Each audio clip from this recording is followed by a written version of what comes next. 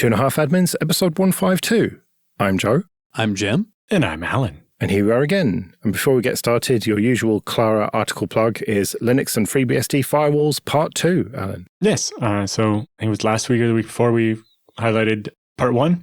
This is basically if you're having to do stuff with firewalls and you know one of Linux or FreeBSD, this article will help you translate those same concepts into the other, allowing you to now be master of both. Right, well, link in the show notes as usual. So we have to do a bit of errata. Jim, last time you got a bit confused when you were talking about AirTags and replaceable batteries. And we got, I think like 200 emails about this maybe. No, sorry, 200 emails about this. Yeah, so in short, I complained about AirTags not having replaceable batteries when what I should have said was Bluetooth tracker devices typically not have replaceable batteries. AirTags are actually kind of the standout in the field. AirTags do have replaceable CR2032 batteries. I just mistakenly used AirTag as a generic, like, calling your box of Puffs tissue Kleenex. And I should not have, because Apple deserves kudos here. They stand out in the field. The original Bluetooth tracker device that I actually had in mind was Tile, which predated AirTags. 3 of the 5 Tile models that have been manufactured did not use replaceable batteries. 2 of those models are still for sale currently. Yeah, it's actually slightly interesting that it's Apple that is a good one here, because usually they're definitely the ones that are about no serviceable parts in their stuff. Yeah, see AirPods, for example. Try changing the batteries in those. I think it might have something to do with the fact that, a little unusually for Apple, they really weren't the first to succeed in the market. Tile was. Mm. And like I said, the original Tile and most of the Tile models did not have replaceable batteries and were literally designed just to be e-waste in 6 months. And when Apple broke into the space, they were going to get a ton of velocity just from the fact that, hey, we're coming in with Apple's brand name and landing with both feet. But it certainly doesn't hurt to be able to offer a big feature that the existing gorilla in the space doesn't have. In this case, that was replaceable CR2032s. Yeah, so through gritted teeth, we have to say, well done, Apple. I'm not even going to grit my teeth. Well done, Apple, on that. However, still screw you, Apple, for making it so I can't use them if I don't devote my entire life to the Apple ecosystem. Same complaint I have with the Apple Watch, which I would love to have if it didn't require me to have an iPhone to actually work. And as long as that's the case, get bent. Let's do some news then. And the first is that Intel are going to stop making NUCs, but don't worry, Asus are going to take over the product line going forward by the looks of things. Yeah. So this is part of Intel shedding all these other business units they don't think they want anymore.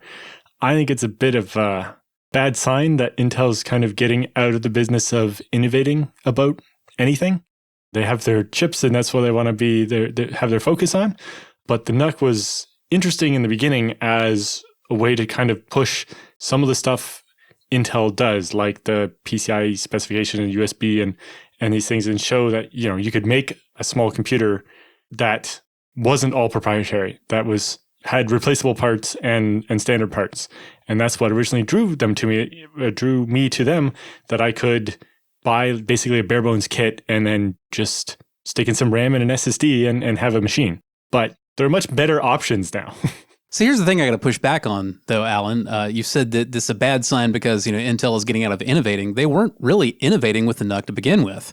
I agree with you with the idea of a miniature computer with non-proprietary parts, many of which are replaceable or upgradable, is a great idea, but I was using those for a couple of years before Intel brought out the NUC. The big thing about the NUC was it came from a huge name you'd heard of rather than, some Chinese thing like Chodom that you hadn't heard of, or then, later on things like B-Link or what have you.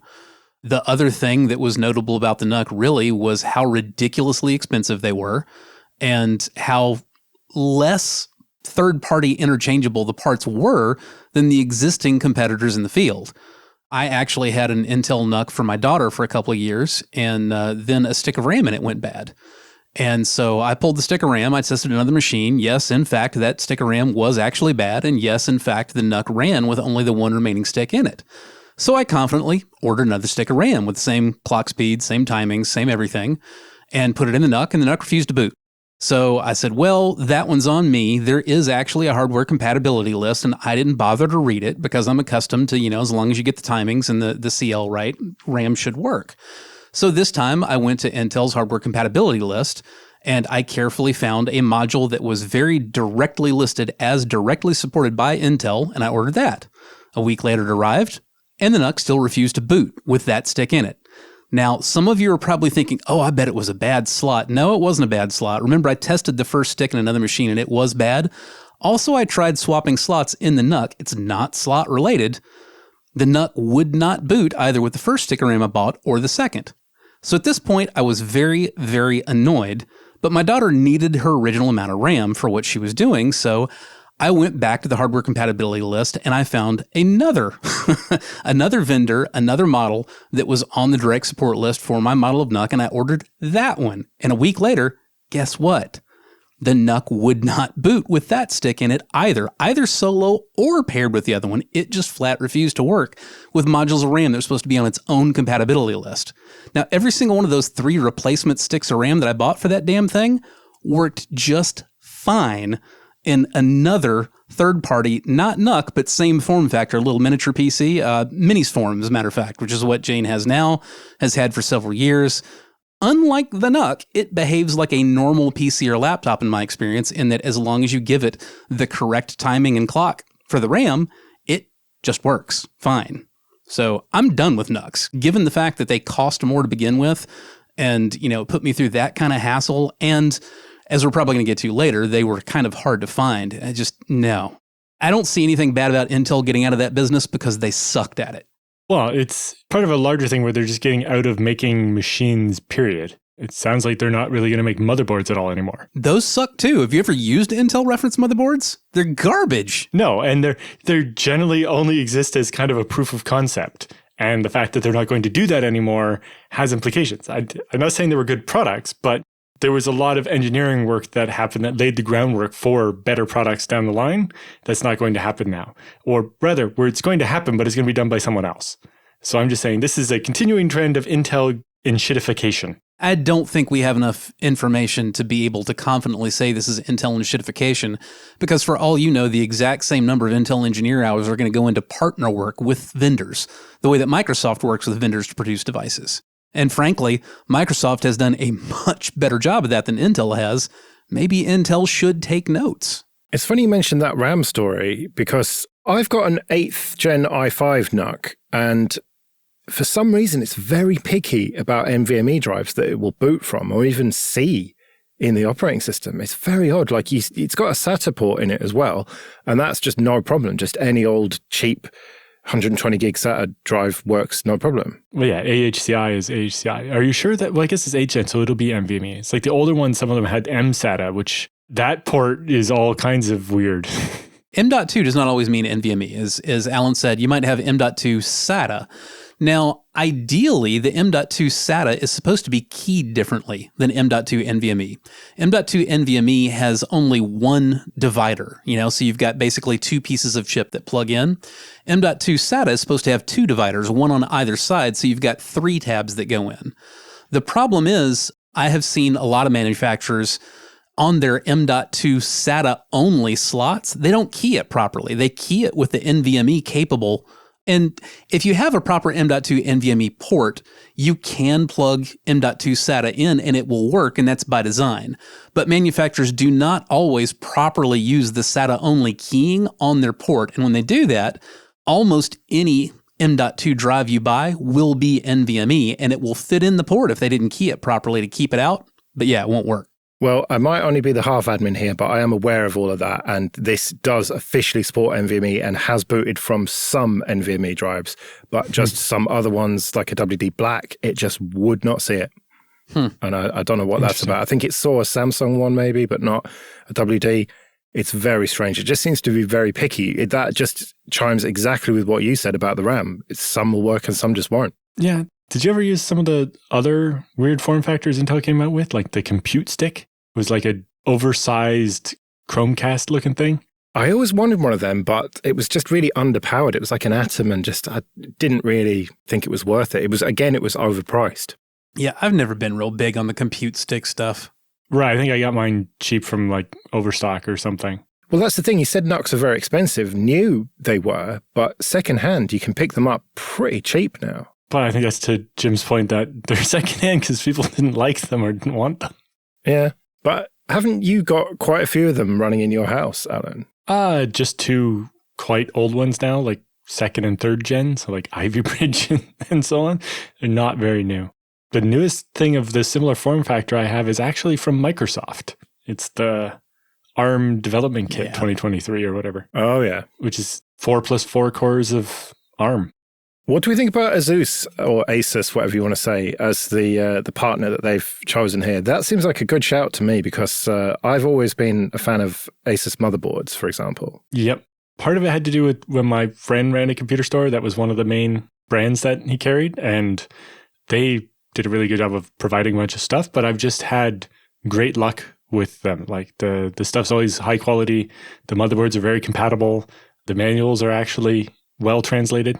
I've always been a big fan. As long as Intel handed it off to Asus's motherboard division and not their router division, it'll be a good move. Yes, that is always the thing, is that a brand name doesn't always mean the same thing. It's kind of, you trust a certain team at the brand, not the whole brand. Millions of sensitive US military emails were reportedly sent to Mali due to a typo. So instead of .mil, they were sent to .ml. Yeah, to be clear, this is not millions of sensitive emails being sent to Mali due to a typo. It's millions of sensitive emails being sent to Mali due to millions of typos, because it is unsurprisingly incredibly common for humans to just leave out a letter when they're typing things. So it's very easy to accidentally send an email to navy.ml instead of navy.mil, in which case, yeah, it goes off to Mali. Up until now, the .ml top-level domain has been managed by a Dutch entrepreneur who is basically just kind of trying to keep track of that and repeatedly trying to get the U.S. government to take notice of the fact that all kinds of, in some cases, quite classified and sensitive information was getting broadcast out to his top-level domain.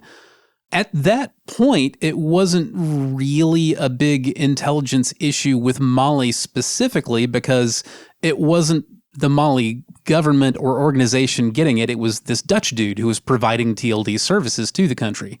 However, the country is taking over its own TLD now, and that little shield will no longer be in place.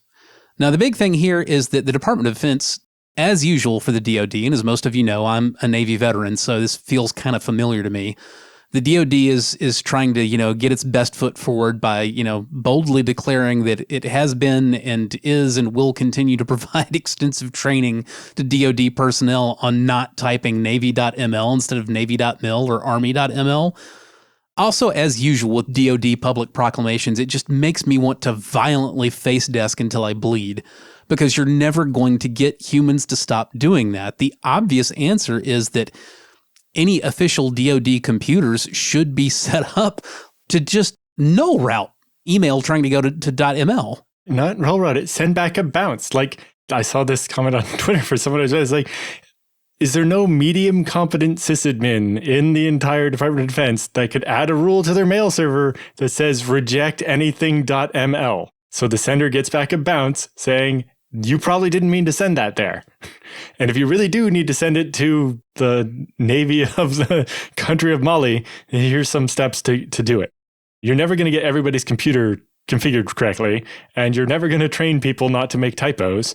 And so a rule on the mail server seems like the lowest possible amount of effort. Well, I think both belt and suspenders in this case, and I don't share your pessimism for not being able to get that kind of a rule set up in the computers, because, this is 2023, man. They're all centrally managed to some degree anyway, even if it's just Active Directory. You can literally just push a rule by GPO that adds a route. Yeah. I shouldn't even be saying route. I should be talking about DNS. You literally just have to dump something in the host file that says, .ml goes to 127.0.0.1, and you're not sending any email to anybody at .ml anymore. Yeah, although I think you'd want a mail server rule that rejected the mail when you tried to send it before it even tries to do a DNS lookup, so that the user gets a bounce instead of all the mail queuing up in your mail server and bouncing around. In this case, an Outlook rule, which Outlook is what they're using, and you can deploy those by GPO as well. Yeah, but what about when they accidentally use their personal account to send the emails? That's its own problem, and you have to address that separately. The .ml thing is the lesser concern at that point, because now it's the Hillary Clinton problem instead, where you're like, oh, well, you're not using, the correct equipment to handle this sensitive information. And that's the reason that's a problem, because when you're not using the correct equipment, you don't know that it's been configured properly to avoid these kinds of fuck ups. And that's why you're not supposed to use whatever random laptop you've got lying around to do your G14 classified whatever. Well, it raises the obvious bigger question of why are millions of sensitive emails being sent in the clear? Doesn't the military use like S-MIME or something? Surely GPG, that's really easy. Yeah. But S-MIME can be configured in Outlook and it's set up for exactly this kind of thing. Like, I understand not all the email needs to be encrypted because of the amount of pain that causes. But if the emails are sensitive enough that you don't want them accidentally going to the wrong country or whatever, then maybe if it's that sensitive, it should be encrypted so that only the intended people can read it. Obviously, the real answer here is that the U.S. military just needs to move away from email and, start doing everything on WhatsApp. Yeah. Yep. Problem solved. So yeah, the number they have, since January of this year alone, 117,000 misdirected emails. Now, part of this probably one person sends an email to 10 people and makes the typo 10 times, I suppose. Maybe part of the other part is like, how is the Outlook not configured with the address book so it auto-completes people's email addresses for you so you don't make this mistake? Don't get me started on the route of all the ways that Outlook doesn't work the way that you think it ought to work. Sure. But like, Please. in general, are people in the military manually typing in people's entire email addresses of like Yes. name at Yes. branch.something.mil? Have you not met humans, Alan? Every possible way to do a thing and 5 more besides will always be used for any given task. Yes, but I just feel like oftentimes that I'm like one of only people like me actually type out entire email addresses rather than always getting the email address from somewhere. Alan, haven't you ever stood over somebody's shoulder and watched them use a search engine? Yes, well, I've watched them type their search into the URL bar back when the URL bar didn't default to doing a search. No, but hang on. Haven't you ever watched someone start typing out a query? That query autocompletes in like 3 letters, but they keep laboriously hunting, pecking like 30 characters in to finish the sentence that they wanted to type to begin with, put 3 typos in there, and then finally click the submit search instead of hitting enter when they could have just, after the first 3 letters, just hit enter and be there. I mean, this is very common. Right. Well, I just basically my point was, I guess the autocomplete for the email address would help, but it seems that they don't. I assume most people were lazier than that and relied on the computer to do it for them. That assumes they know how the computer works. Yeah. The other interesting aspect to this is that Mali, who you mentioned are going to be taking over from this Dutch guy, is not like an ally necessarily of the US, given that the Wagner Group has recently had a presence there, let's just say. Well, the article very specifically says Mali is a West African country that's allied with Russia. Yes. Yeah. So, this is not like it's going to France or something, which is a NATO ally. This is really bad news. To get a bit more clarity on that, Russia has been actively working on staging some of its transport to Ukraine via Mali. Okay, this episode is sponsored by Kolide. If you work in security or IT and your company has Okta, this message is for you. Have you noticed that for the past few years, the majority of data breaches and hacks you read about have something in common? It's employees. Hackers absolutely love exploiting vulnerable employee devices and credentials, but it doesn't have to be this way. Imagine a world where only secure devices can access your cloud apps. In this world, phished credentials are useless to hackers, and you can manage every OS, even Linux, from a single dashboard. Best of all, you can get employees to fix their own device security issues without creating more work for IT. The good news is, you don't have to imagine this world. You can just start using Kolide. Kolide is a device trust solution for companies with Okta, and it ensures that if a device isn't trusted and secure, it can't log into your cloud apps. So support the show and visit kolide.com/25A to watch a demo and see how it works. That's KOLIDE.com/25A. Let's do some free consulting then. But first, just a quick thank you to everyone who supports us with PayPal and Patreon. We really do appreciate that. If you want to join those people, you can go to 2.5admins.com/support. And remember, for $5 or more per month on Patreon, you can get an advert-free RSS feed. And if you want to send in your questions for Jim and Alan or your feedback, you can email show@2.5admins.com. Mike writes, At least outside of enterprise usage, SSDs are commonly used in non-cache/redundant scenarios, and they have plenty of smart attributes to self-indicate approaching pre-failure states. But the usual SmartD from SmartMon tools doesn't seem to monitor any of these, from what I can tell reading the source code. So what would you use instead if you wanted to know about SSDs failing before I/O failures pop up in ZFS, if anything? Well, I need to open this by using a line that I have been dropping rather frequently of late. In my career, I've seen hundreds of disk failures and a couple dozen smart failures, maybe. I really think that the use of SmartD to detect failures before they happen is way overhyped and leads to a dangerous sense of complacency in admins who think, oh, well, it's okay. I'm watching smart, so I'll see problems before they show up. And it leads you to avoid things that you really should be focusing on, like, well, backups and testing your backups. As far as what I look at to get an idea of, upcoming problems in SSDs, I do use SmartMon tools, but I don't use SmartD. I actually just check the age on the drive. The particular attribute will be different from one SSD vendor to another, but they all have what amounts to a write endurance attribute. And it can be read in terms of percentages of the expected drive life remaining.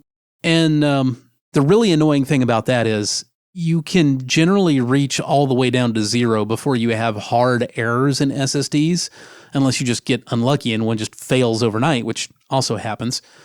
But you start seeing significant performance issues at around the 50% life cycle remaining mark. So I'm generally watching for my SSDs to get close to 50% remaining write endurance, and at that point I'm proactively replacing them because they have already begun to slow down and they're about to start disastrously slowing down performance-wise. Yeah, so there's a couple different issues. On hard drives, I've had pretty good success with monitoring certain statistics, especially the replaced sectors and the pending sectors and so on. With SSDs, the biggest problem is every vendor uses completely different smart codes for the different things. And SmartD tries to interpret some of those, but some manufacturers reuse an existing value to mean something different. So, for example, on certain, I think, SanDisk SSDs, there are 2 different temperature values that show up, but one of them is not temperature. It's the remaining life of the SSD.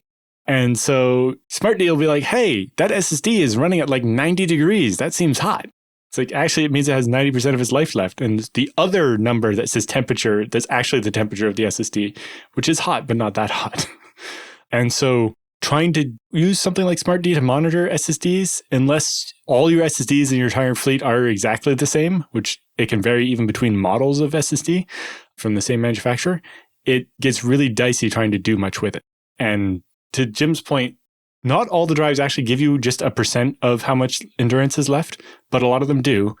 But that's kind of an average. And sure, if most of your cells are not worn out, you'll still be fine to keep going. And if all your cells are worn evenly, maybe they're okay. But when you start running out, that's when you get the problems. So like in the comment here, there's the used reserved block count total. So how many sectors is it actually replaced with a whole new cell? Because that's where it's going to get a lot dicier with the garbage collection. And once that reserve set of cells goes out, that's when you're going to start really seeing the performance drop.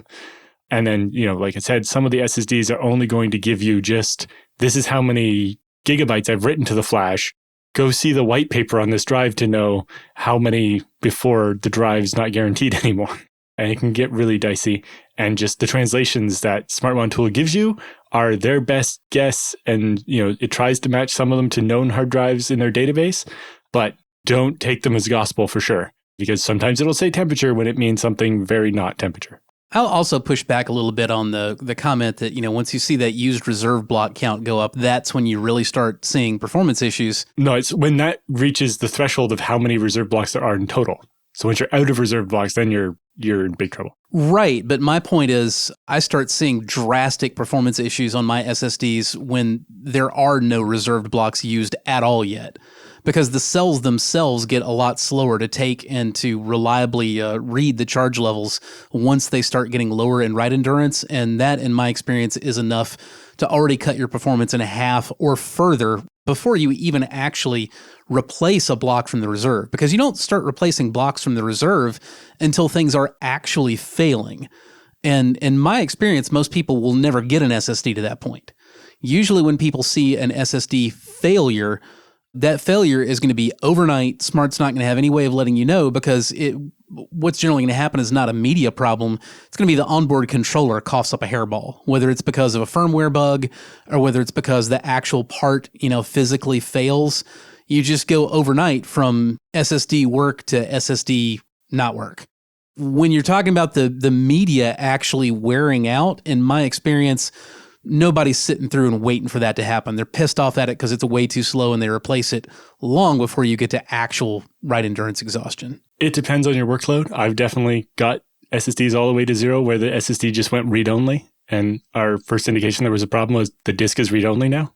But it can really depend on the brand how soon they do that. Some of them maybe are a little presumptuous about that and would rather go read-only and make you replace it rather than risk getting to the point where you stored something and it didn't actually take properly. And it can really depend on the brand and the model and the type and so on. And really the workload. If you rewrite the same small number of sectors over and over again, you can maybe wear out a cell while there's other cells that are still fine. And that can also depend on the firmware, how much the firmware decides to, I'm going to take this data that you've written only once and have kept, and I'm going to move it to one of these cells that's been beat up and move some data that you're constantly churning to the fresh cell and do all this shuffling under the hood. And that really slows things down because every time you write, it's like, oh, I got to go figure out where that actually is, or I got to lift stuff up and move it. And the erase block size is not aligned. So you're talking about moving blocks of 16 megabytes or more at a time, not just the sector you're trying to do. And garbage collection stalls. And yeah, the voodoo that happens under the hood in an SSD is evil. And so I definitely am with Jim that once it starts slowing down or having any signs of being halfway through its life, it's probably time to replace it rather than risk it bringing all your shit down. The issue with a small group of cells becoming very worn when the rest of the drive is fine, though, that's only going to happen on a drive with no wear leveling, which in 2023, you're going to be pretty hard-pressed to find that in an actual SSD. Now, you'll absolutely get that in thumb drives and compact flash cards. The really cheap types of flash storage frequently do not have any wear leveling, and yes, that's a real concern. But in something that you're actually buying like as an SSD, SATA or M2 NVMe, and putting in a computer and using as your root operating system drive, uneven wear is going to be pretty difficult to accomplish because you can't just request to rewrite the same sector over and over and over to make that happen. The drive's own wear leveling is going to defeat that. What you end up having to do is kind of come around it the back way and have some kind of bad misalignment of the wear leveling algorithm and what things you're trying to overwrite. So you just keep managing to nail the same one over and over somehow. It also depends on the firmware and the firmware's willingness to move allocated sectors. Some firmware is more conservative and will not move data that you've written, and it will only do wear leveling around free space. And some of them do more of a log structure thing where they have a much more complex indirect table. The sector numbers that the SSD presents to the OS are always made up, but how those map to individual sector versus 16 mega erase blocks and so on can be very different between different firmwares. And it can depend on how much voodoo the SSD wants to do. And enterprise SSDs sometimes will do more or less of that voodoo and give you either a more pure experience or a more managed experience. Right, well, we'd better get out of here then. Remember, show@2.5admins.com if you want to send in your questions or your feedback.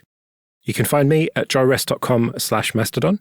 You can find me at jrs-s.net/social. And I'm at Alan Jude. We'll see you next week.